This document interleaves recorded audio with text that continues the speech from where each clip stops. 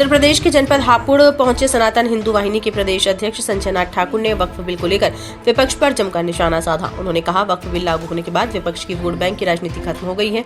विपक्ष लगातार चिल्ला रहा था कि वक्फ बिल आने के बाद उसके अरमानों पर पानी फिर गया है, तो वहीं उन्होंने असदुद्दीन ओवैसी पर निशाना साधते हुए कहा कि उन्होंने वक्फ बिल के खिलाफ कोर्ट में याचिका डाली है, क्योंकि सबसे ज्यादा वक्फ बिल के आने के बाद उन्हीं को खतरा है। उनकी सबसे ज्यादा यूनिवर्सिटी वक्फ की जमीन पर बनी हुई है। अब वक्फ बिल आने के बाद उनकी यूनिवर्सिटी पर खतरा मंडरा रहा है, इसलिए असदुद्दीन ओवैसी लगातार चिल्ला रहे हैं। वहीं उन्होंने इस बिल को तमाम मुसलमानों के पक्ष में बताकर तारीफ की। देखिए, इसकी भविष्यवाणी तो जब ही हो चुकी थी जब सनातन के वीर योद्धा माननीय प्रधानमंत्री हमारे देश पे शासित हुए थे, क्योंकि उनका जो निर्णय है, जो उनकी निष्ठा है सनातन के प्रति और भारत के प्रति, वो यह है कि इस देश का कोई भी व्यक्ति जो किसी भी धर्म से आता हो, वो किसी भी सुविधा से वंचित न रहे। वोट अपने आप में कहने को तो उसका संस्कृत में सब दान होता है, लेकिन ऐसा भूमाफियाओं का षड्यंत्र और संरक्षण में चल रहा था कि कभी भी किसी मुसलमान को ये भी नहीं कह सकता इन 30 करोड़ में से कि उसे कोई गरीब को लाभ हुआ हो।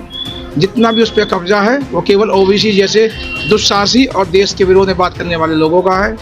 और मेरी अभी कुछ समय पहले नाजिया इलाही खान से भी बात हुई थी। मैंने उनसे यही कहा कि इस भारत में सभी का योगदान है, सभी का सहयोग है।